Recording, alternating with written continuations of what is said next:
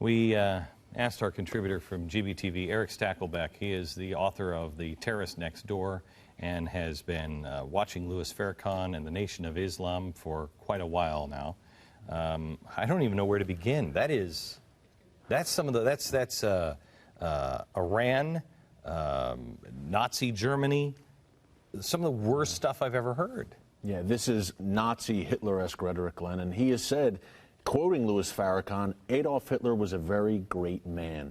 This is a man, Louis Farrakhan, who on Iranian soil in Tehran, in meetings with the Iranian regime, called for the destruction of America, said America would be destroyed at the hands of the Muslims. Okay, so tell me where because the Nation of Islam, a lot of Islam does not like Louis Farrakhan. Right. He's a pariah even in Islam, right? He is. They will work with him. As you know, Glenn, the enemy of my enemy is my friend. They will work with him against the Jews, against the capitalists. But the Nation of Islam and the whole black Islamic movement is looked at by Orthodox, Sunni, and Shia Muslims. They're looked at as infidels, apostates. Basically, Glenn, if you trace back the roots of the Nation of Islam to the late 1920s, early 1930s, this is a movement that literally came out of the prisons. That's why we see so many hardened ex-cons today following Farrakhan. Not to get too in the weeds with it, but it's very interesting for people to realize there was a guy named Wallace Fard. He's the founder of the Nation of Islam.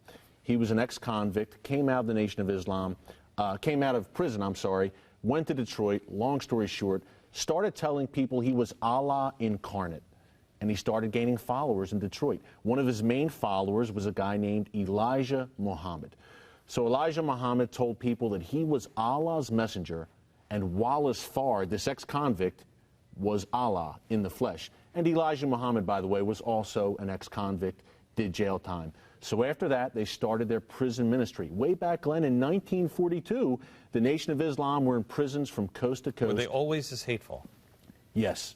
From the beginning, Glenn, if you can believe it, their ideology, the teachings of Wallace Fard and Elijah Muhammad, their core teachings are that the white man is the devil and that the black man is the chosen race. They taught that the white man was created in a lab by a mad scientist to harass blacks.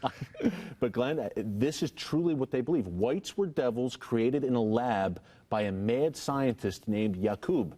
And whites' sole purpose is to slaughter and harass blacks. But in the end of times, and they talk about Armageddon a lot, does the Nation of Islam, in the end of days, whites will be slaughtered, blacks will rule the planet. Up on the Blaze today, there's this amazing story about Louis Farrakhan yesterday or the day before, where he talked about, Jesus is a black man, and he's going to come and testify to Allah, and he'll, it's a ranting of a madman. But when I'm listening to him, he sounds a lot like Ahmadinejad. Yeah. Do they have the same end times theology as like the 12th Imam? Well, they both agree that Jews will be wiped out. Jews are in the crosshairs for both movements. All right. So, we just said, as we were watching this package together, we both just said, there's no way ABC would do this. There's no way NBC would do this. CBS, nobody else is doing this. Fox won't do this. No. Why? I think it is too hot to touch for not just the mainstream liberal press, but for some establishment inside the Beltway conservatives. And I think a major factor here, Glenn, is the racial aspect of it. Race in this country, obviously, is a very volatile issue, becoming more and more volatile in recent weeks. I don't think they want to touch that, open up that can of worms. Also, I think there's fear because these guys are violent and they will crack skulls and kill people. Explain the violence. Show me a pattern of violence. The violence goes back to their very founding in the prison system. These guys are hardened ex-cons. Here's a great example for you of their violence. Malcolm X, who was one of the Nation of Islam's leading lights shortly after its founding, Malcolm X eventually broke from the Nation of Islam, disavowed the teachings of Elijah Muhammad. Because he went over to Saudi Arabia. He went to Mecca. He went to the Hajj, and he said, hey, wait a minute, this does not line up, do the teachings of Elijah Muhammad with traditional Islam. So he came back, he broke from the Nation of Islam. After that, they firebombed Malcolm X's home. They harassed him, harassed his family. Eventually, he was assassinated by Nation of Islam members. And there's always been some chatter, Glenn, and some kind of rumors that Farrakhan was involved. Who called Malcolm X a traitor. And that's never been substantiated, but there's been a lot of chatter over the years. He's never denied it. Are they currently? I mean, we're going to get into their ties here in a second. Yeah. But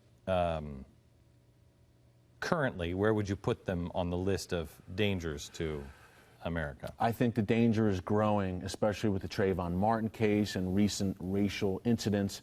I think the danger from Nation of Islam and the new Black Panther Party and all these affiliated black radical groups is absolutely growing, especially under this administration. Divide and conquer, divide people among race, class, etc. Okay. When we come back, I want to share with you the connections to the left and show you why you need to be concerned about the Nation of Islam and how it fits into this mosaic that this administration is putting together. Back in a minute. And frankly, it ain't none of your business. What have you got to say about it? Did you teach Malcolm? Did you make Malcolm? Did you clean up Malcolm? Did you put Malcolm out before the world? Was Malcolm your traitor or was he ours? And if we dealt with him like a nation deals with a traitor, what the hell business is it of yours?